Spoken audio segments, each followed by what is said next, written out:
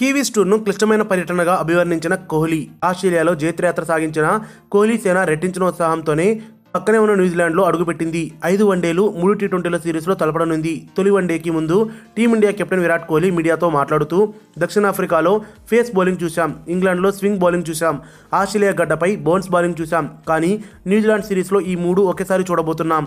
వీటితో పాటు చల్లని వాతావరణం, అందుకే అత్యంత క్లిష్టమైన టూర్ న్యూజిలాండ్ అని చెప్పక తప్పదు అని అన్నారు కోహ్లీ. 2014లో టీమిండియా 4-0 తేడాతో వన్డే సిరీస్ని, 1-0 తేడాతో టెస్ట్ సిరీస్ని ఓడిపోయిన విషయం గురించి కోహ్లీ మాట్లాడుతూ, అనుభవం లేకపోవడంతో ఆ సిరీస్ కోల్పోయామని, అలాంటి పరిస్థితులు ఇప్పుడు లేవని, సమతూకంతో ఉన్న టీమిండియా ఈ సిరీస్ను విజయవంతంగా పూర్తి చేయగలదని ధీమా వ్యక్తం చేశారు.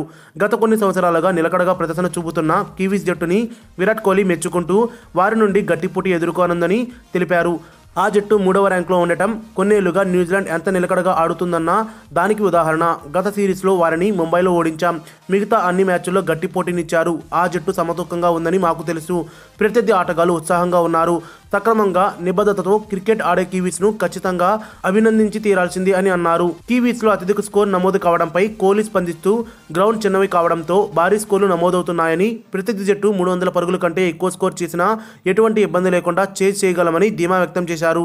ముగ్గురు బౌలర్లను తీసుకుంటారా అనే ప్రశ్నకు కోహ్లీ ఎటువంటి జవాబు ఇవ్వకుండా, జట్టులో ఆల్రౌండర్ ఉండటంపై ఆధారపడి ఉంటుందని తెలిపారు. ఇద్దరు లేదా ముగ్గురు ఆల్రౌండర్స్ ఉన్న విషయాన్ని కోహ్లీ గుర్తు చేస్తూ, వారు జట్టులో ఉంటే జట్టుకు సమతూకం, బౌలింగ్ ఆప్షన్ పెరుగుతాయని అభిప్రాయపడ్డారు. ఆల్రౌండర్ హార్దిక్ పాండ్యా, విజయ్ శంకర్ జట్టులో ఉంటే 3 సీమర్ అవసరం లేవని కోహ్లీ చెప్పారు. గత 43 సంవత్సరాల్లో 2009 మినహా ఎన్నడూ సిరీస్ గెలవని టీమిండియా కివీస్ ఛాలెంజ్ని ఎలా ఎదుర్కోనుందో చూడాలి. మరిన్ని అప్డేట్స్ కోసం మన ఛానల్ని సబ్స్క్రైబ్ చేయండి.